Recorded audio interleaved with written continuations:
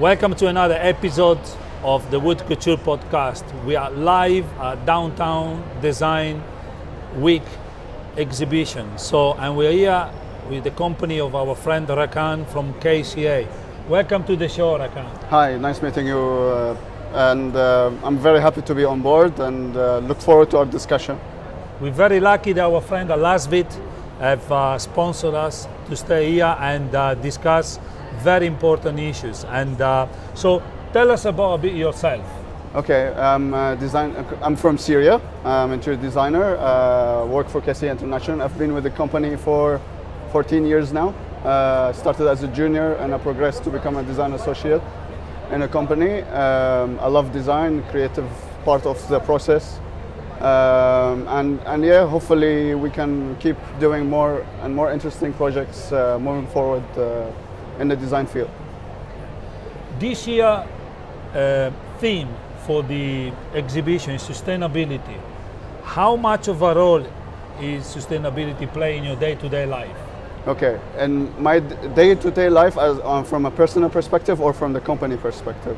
Business. From business, okay. From the business side, because we are specialized in hospitality, so we basically have projects where the operator actually directs us towards doing sustainable approach for our design. And this comes through the use of materials, some of the fixtures that we use, whether it's tabs that are sensor type, and technology also is playing a big role now in terms of sustainable approach. So this is what we're trying to do. I also had the chance to work on a fully sustainable project here in the UAE. It was an interesting experience because it's a completely different approach to how we approach design for other hotel projects in the region. You have to also always be careful about specifying materials that are near the region, not far, because shipping costs and also traveling through ferries or airplane or air shipments. This is it's a negative side on a sustainable approach. There are some interesting parts like using greenery inside the rooms, so we try to do that as well. Some of the carpets that we used are recyclable, some of the fabrics are recyclable. So this is the type of projects we usually do. And now after the pandemic, it's becoming an important thing. Biophilic approach to sustainable design is becoming quite an interesting topic for us as designers. So the last 2 years has been 2 phenomenal years for design. Strange, bizarre, and never seen it before. What has been your biggest takeaway of the last 2 years? Okay, to be honest with you, it was a shock at the beginning especially when we started to work from home, to adapt to this kind of environment, working from home. Especially as designers, we all are used to collaborate together in the same office, in a meeting room table, sharing ideas. So the approach to do it online through Teams or Zoom calls, it was a bit difficult at the beginning, but luckily we managed to adapt, which was the most important part of our progress during this time. And then the design business as well itself had to adapt to the pandemic. So we as designers now, we had to think in a way that we make sure whatever we design can be adapted to a pandemic in the future. So when we design a guest room, for instance, lots of hotels during the pandemic, because of the low amount of guests that came to visit them, they had to change their room format to become an office for people to rent it out. So now when we design some of our rooms, we consider this kind of approach. Public spaces, social distancing is becoming a big topic. Also the use of some materials that are, they attack viruses, or they help defeat these kind of viruses. So there are now new type of materials that we are using, to help make the guests and the hotel operators safe about the environment that we're designing. What design trend do you foresee coming up in 2022? Okay, so everything is moving towards Zen approach, biophilic approach, the minimalism.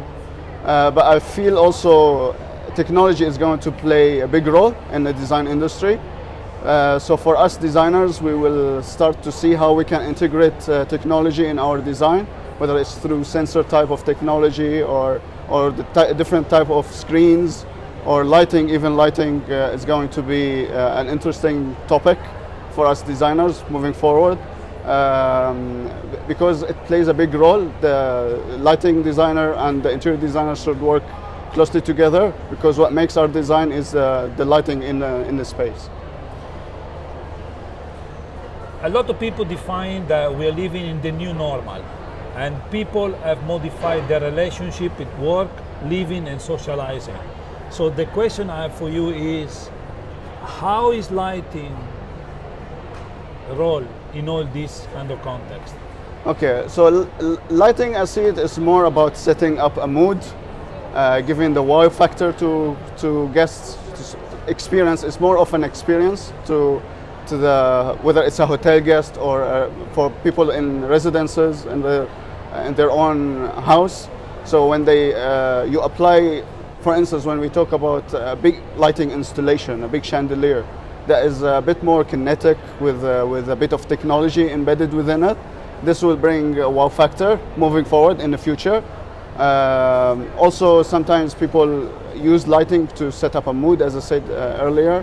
So if you want a more romantic set, a more relaxing set, or a more energetic set, so you play with lighting in order to achieve that in the space. Yeah.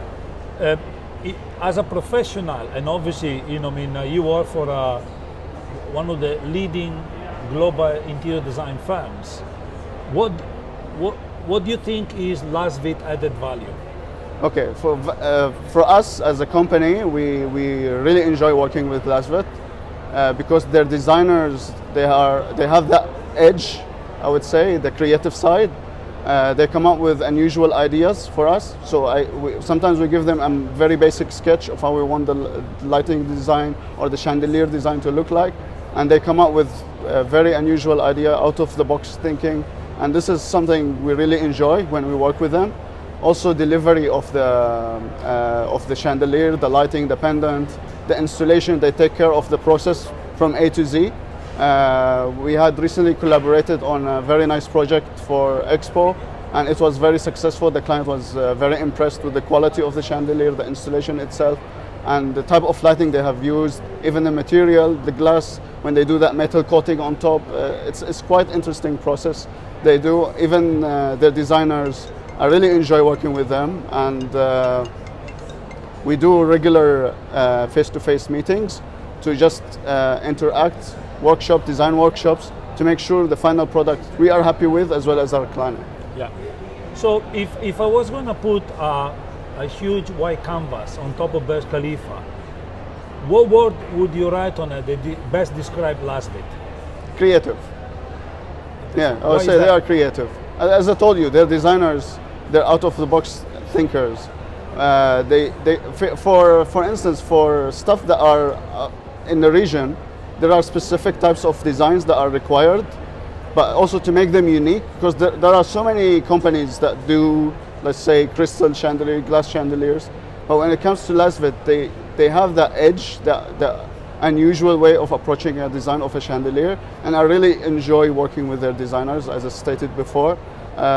Even collaborating with their sales team, they are very cautious about delivering a quality project, a quality product, and this is a plus for LASVIT.